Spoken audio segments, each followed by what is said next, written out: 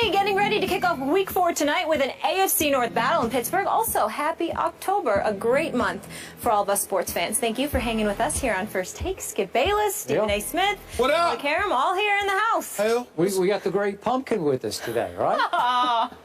I like it. I like it. I do. I seriously do. You ain't talking with That's for October. I know. I like it. Y'all want to hate on me? This I'm not hating. I'm not hating. I like it. All right. We're not. You look very cute in orange. All right, but Skip, Connecticut. that suit really is on point. Oh, thank you. I like that. Oh, well, you don't have to say that. Please.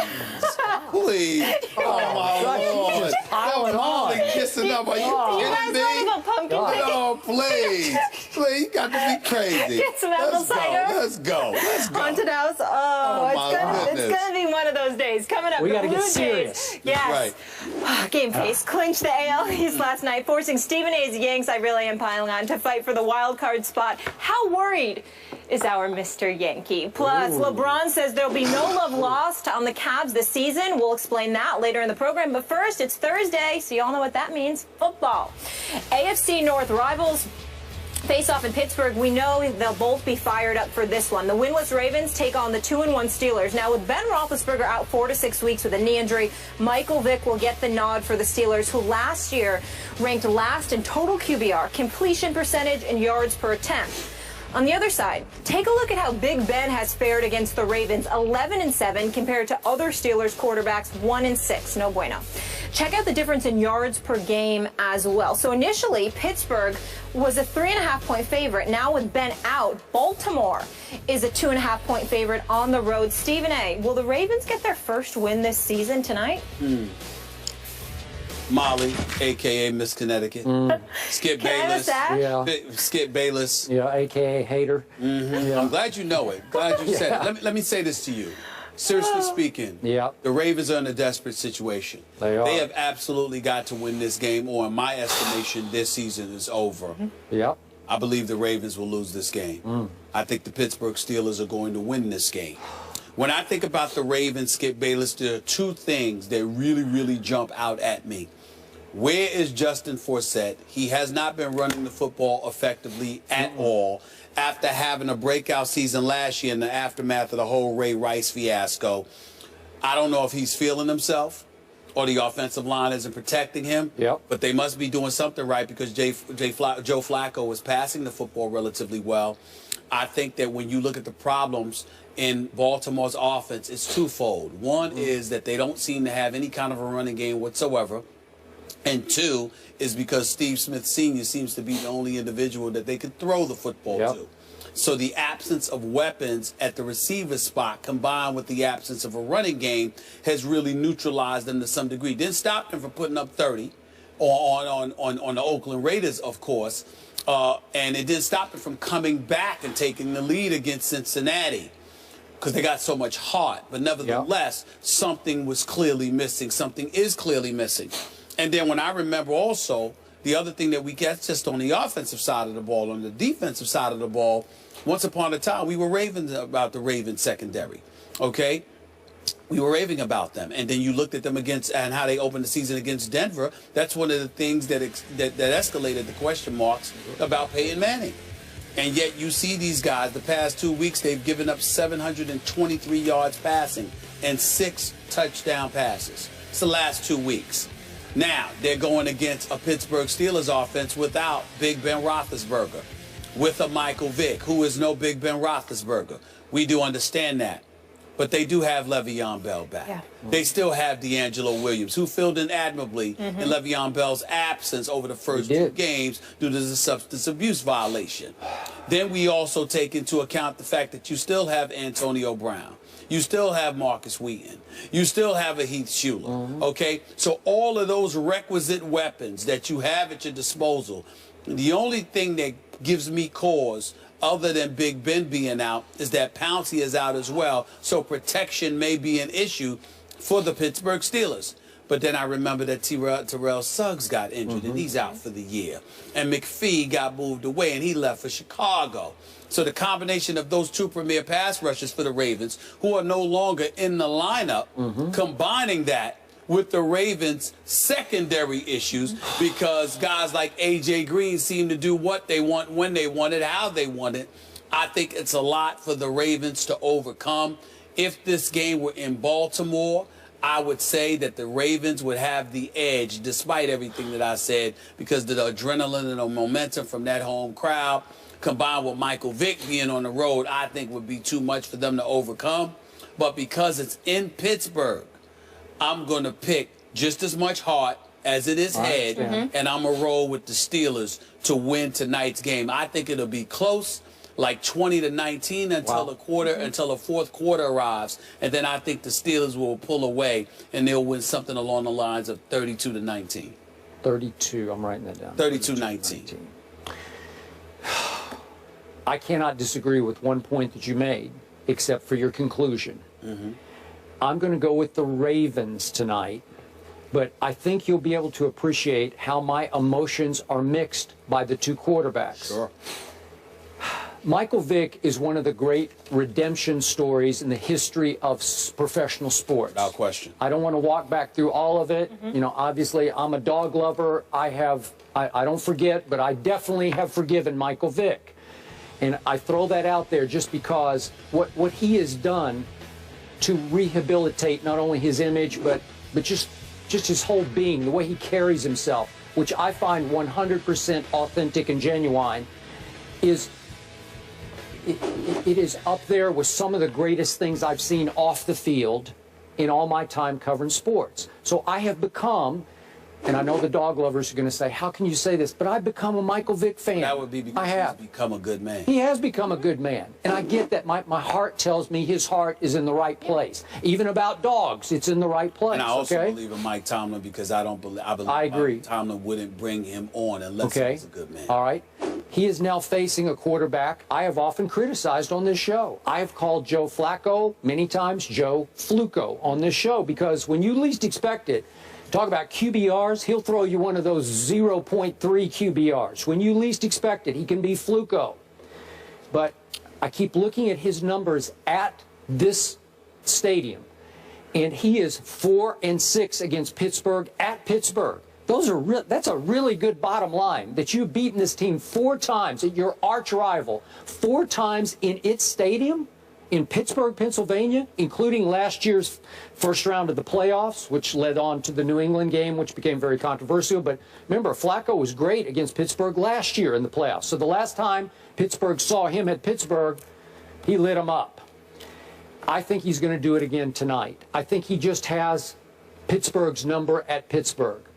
And here's my issue. Even though I root for Michael Vick, as you well know, last year for quarterbacks who had 100 or more attempts, he had the worst QBR, scale of 0 to 100, in all of pro football. Last year, his completion percentage for the Jets was the worst in pro football. His completion percentage has declined over the last 3 seasons, down, down, down. And now I'm back to your point that you have driven home to me.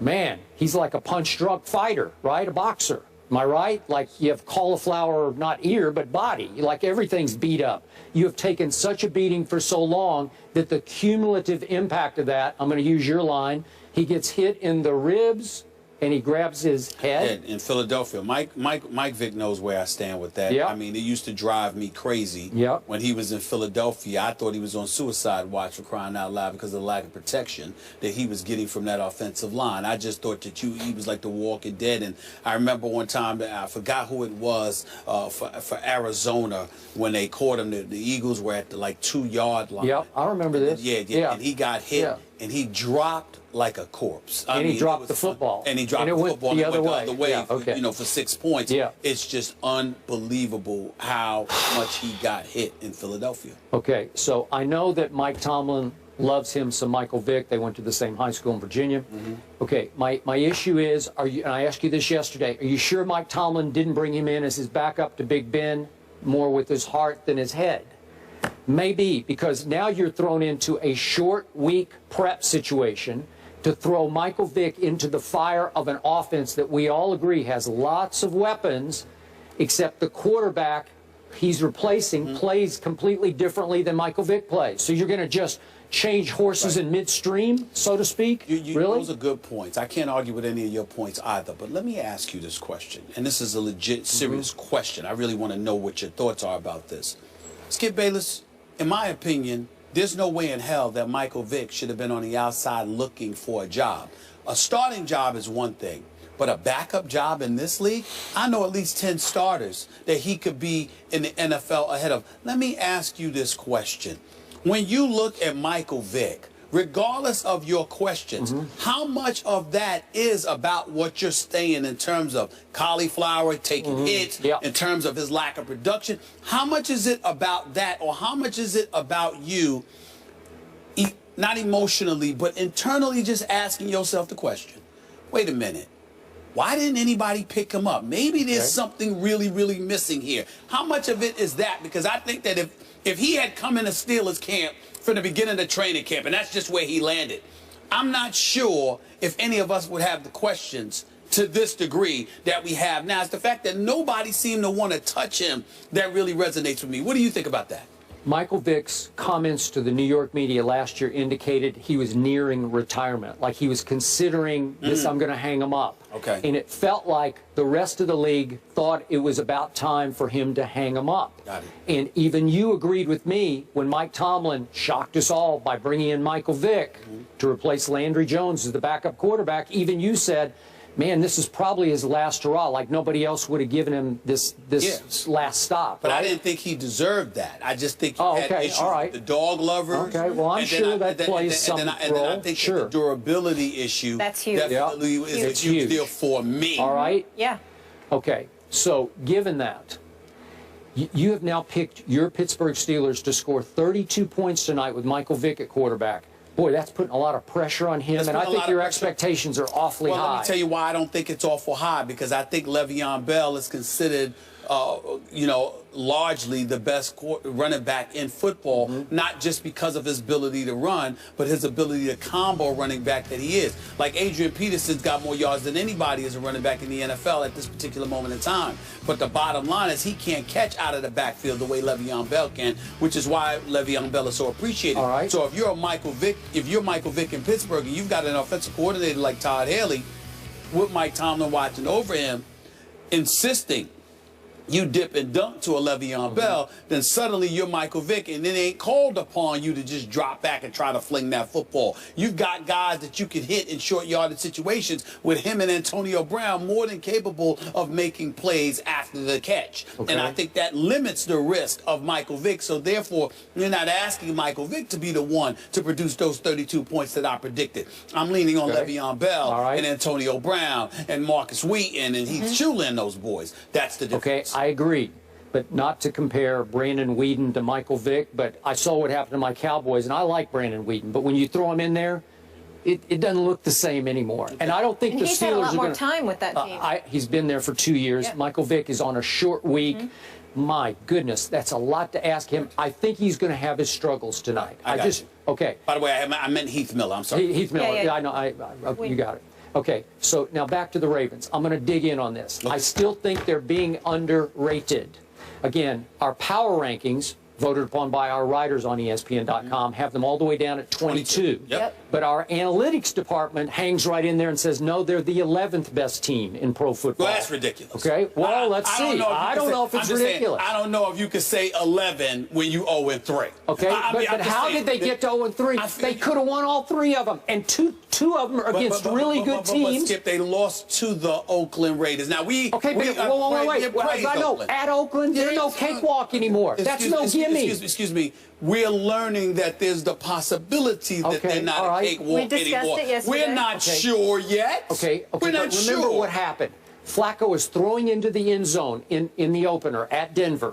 And made a great throw to Crockett Gilmore, and I thought it was going to be a touchdown, and two Broncos fly across and break it up and intercept the pass. It was a great play, and it cost them at the buzzer the game. And then they had to stay out west because they had to play the Oakland Raiders at Oakland.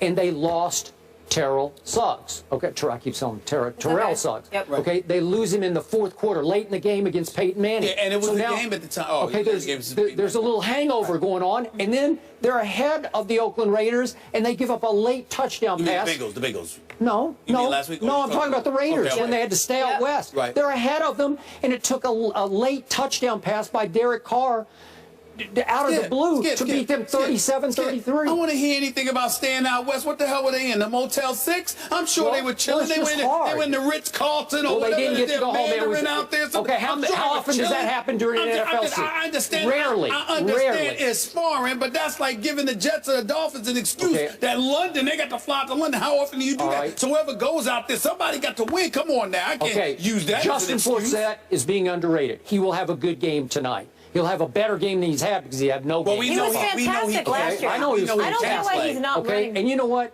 Steve Smith, your namesake, or are you his namesake? I'm not which way. Well, I am older. I am older. Okay, you're older. But speaking of getting older, the older he gets to me, the better he gets. I'm serious. The other night. I mean, he's Steve Smith Senior. We keep emphasizing senior. It's going to be a good matchup between him and Mike Mitchell. He's still playing like he's a junior to me. Listen, I have him on both my fantasy teams. I know you guys aren't into that, but I believe Of course. That makes a world of difference. That's all that matters. So this show is over because Molly's got it on his Exactly. You guys are missing out on life. Stop Fantasy talking. is fun. Yeah. Unbelievable. Okay. Now America believes in Steve Smith. All right, so bottom line. They always did. I'm going to go. I don't think Michael Vick can score more than, I'm going to throw this out, 23 points. And I got Flacco scoring 25. Just an odd little score, but 25-23 Flacco over Vick. That's what I'm boiling it down. 32-19. All right, you got it. Let's roll. All right, moving on.